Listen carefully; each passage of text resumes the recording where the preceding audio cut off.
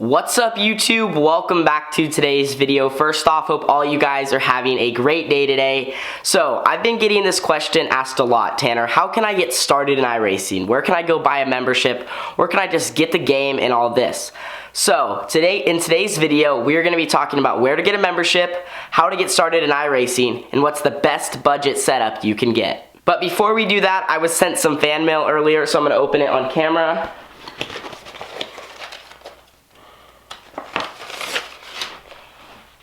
Oh wow, this is nice. Look at that. That looks exactly like my race car. Perfect. You got the seat even with the headrest and the nose, the new QRC noses they came out with. Looks good. And then we got a note. So I guess I wanted to say that I want a blue and green hat. I'll definitely get those to you because he did send a check with him. And that, can you give me a shout out? Yes, so thank you, Tyler. I believe Tyler Davenport. Thank you so much for the fan art. I'm definitely going to hang it up on the wall. If you guys want like a shout out, I know a lot of you guys try to ask for one. I try to remember to give you guys it, but I never really remember. So the most legit way is if you guys send fan art, it'll always get open on camera. I really appreciate it. One more time here. Look at that.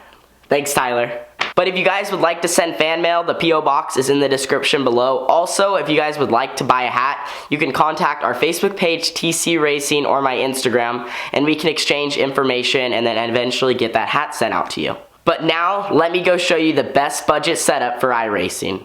So this is where all the magic happens, guys. As you can see, my steering wheel, computer, and then my gaming headset right here. A quick disclaimer before I start talking about how much all this costs. This is by far one of the more cheap setups to get into iRacing, an entry-level setup, I guess you could call it that. But how much this setup still costs is pretty expensive. But for iRacing and sim racing in general, this would be considered a pretty cheap setup. And that's why I think it's a great budget setup or a great way to get into iRacing or any of the other sim racings online you can do. But anyway, after all that, the first things that I want to talk about are my gaming headset and then the computer. I don't want to spend too much time on them because I want to talk about the wheel mostly. The first thing, like I said, the gaming headset, this is just $30.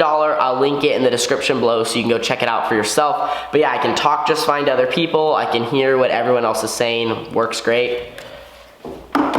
The next thing is the computer. Personally, I will say I don't know much about PCs. I just know there's a lot of different companies, a lot of different brands, so researching it was too hard. So I can tell you that it was a $400 or $500 computer basically. I bought it used, and as you saw in the first iRacing meetup, the graphics that you guys saw were not as good. It's a little bit better in person, obviously, but yeah, it works just great, and I've never really had any issues with it.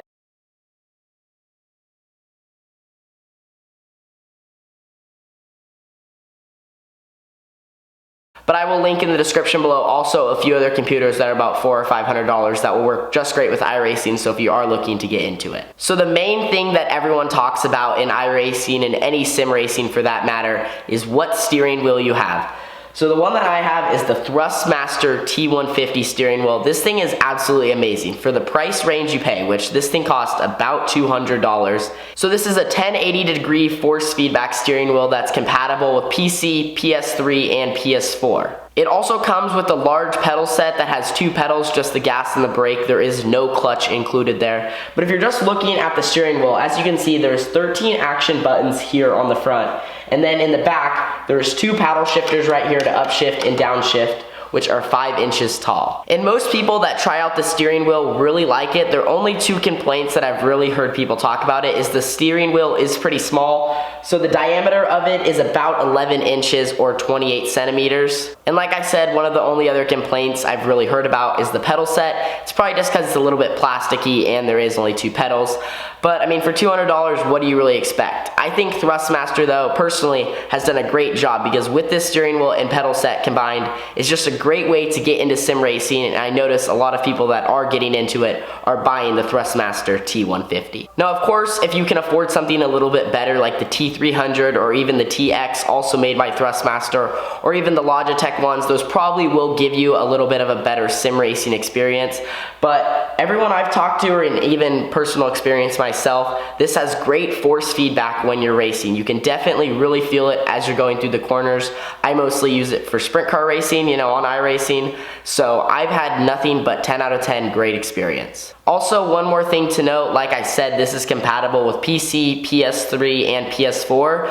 So Thrustmaster came out with a new steering wheel recently that's this exact thing, except it's compatible for Xbox One, which is known as the TMX. So if you guys do have Xbox, make sure you get the TMX instead of this, or if you have PS3 or PS4, get the T150, so then you can also use it on some of your racing games through the console. So that's basically all I have to say about the steering wheel. Great force feedback here. I would definitely recommend it to anybody getting into sim racing, or someone who just doesn't have a lot of money to spend to get into it. $200 right here. Like I said, a used computer for about $400 or $500, and then you don't technically need a gaming headset, but just $30 perfectly, slap it on your head, and you can go and talk to a few people and have great sound when you're playing. So I'm getting ready to go out and turn a few laps here at Lanier. One reason, because it's gonna be at the next iRacing meetup on December 27th, but also just so you guys can get a little bit of a look at the Thrustmaster T150, kind of what it's like when you're racing.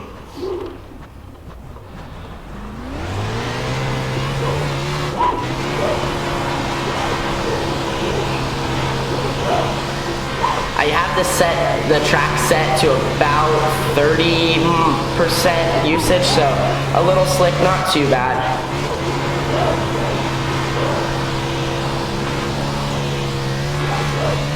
I found that in the 410 I'm not bad in the corner. It's going down the straightaway, especially at Lanier. You know, Eldora or Knoxville I'm not too bad. It's Lanier just because it's kind of a shorter track because it's only a 3/8 mile. So I feel like I'm gonna wreck down the straightaway, not in the corner.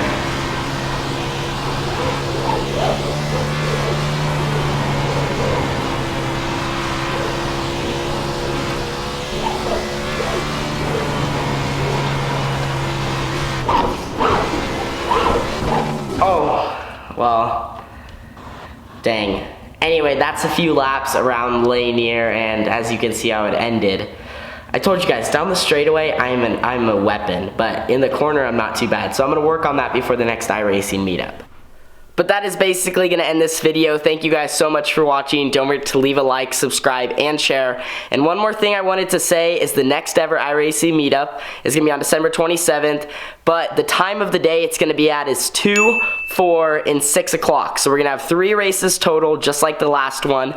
Except this time we're going to be going to 2 different tracks. The 2 and 4 o'clock races will be at Williams Grove, and the 6 o'clock will be at Lanier. So come out, have some fun. I mean, why not? Just show up. Also, don't forget to follow our iRacing page on Instagram for all the latest news of when we're on iRacing and when all the meetups are. That's basically gonna do it. Merry Christmas, everybody, and I'll see you next time. Deuces.